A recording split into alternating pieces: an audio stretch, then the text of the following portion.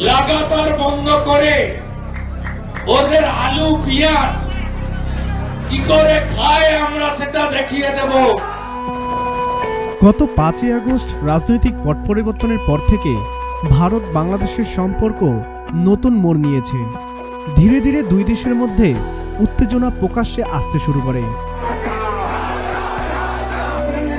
যার কারণে দেশের সাধারণ মানুষের সবচেয়ে বেশি ভোগান্তিতে পড়তে হয় দ্রব্যমূল্য নিয়ে।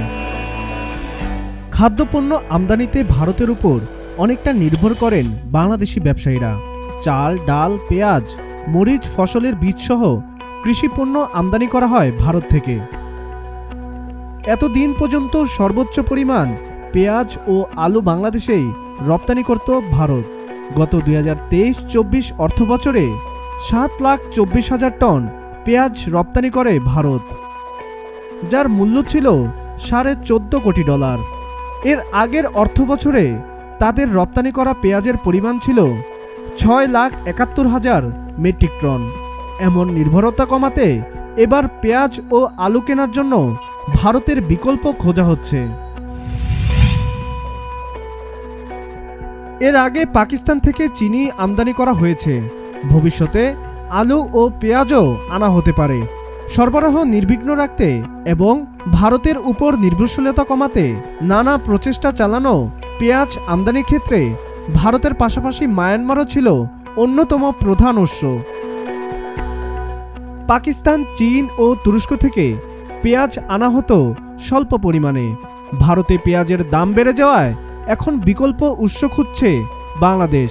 তাই ভারতের বদলে জার্মানি, মিশর, চীন ও স্পেন থেকে আলু আমদানির পরিকল্পনা করছে সরকার।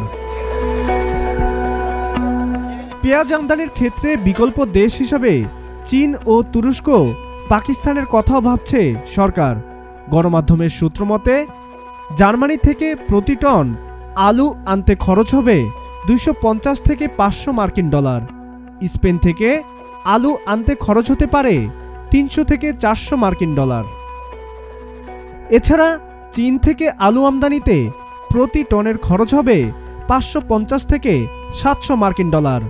আর মিশর থেকে আনতে প্রতি টনের খরচ হতে পারে $750 থেকে $800।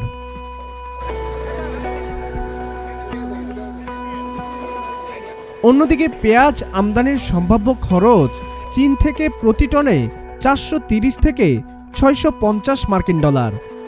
পাকিস্তান থেকে পেঁয়াজ আনতে প্রতি টনে খরচ পড়বে $500 থেকে $650। এছাড়া তুরস্ক থেকে আমদানিতে প্রতি টনের খরচ হতে পারে $600 থেকে $700।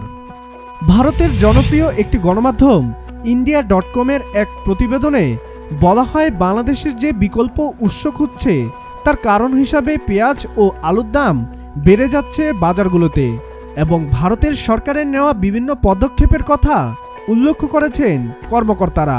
তারা জানিয়েছে, ভারতের বাণিজ্য নীতি রপ্তানিকে নিরুৎসাহ করে। এমন কিছু পদক্ষেপের কারণেই মূলত বাংলাদেশে আলু এবং পেঁয়াজের মূল্যবৃদ্ধির প্রধান কারণ।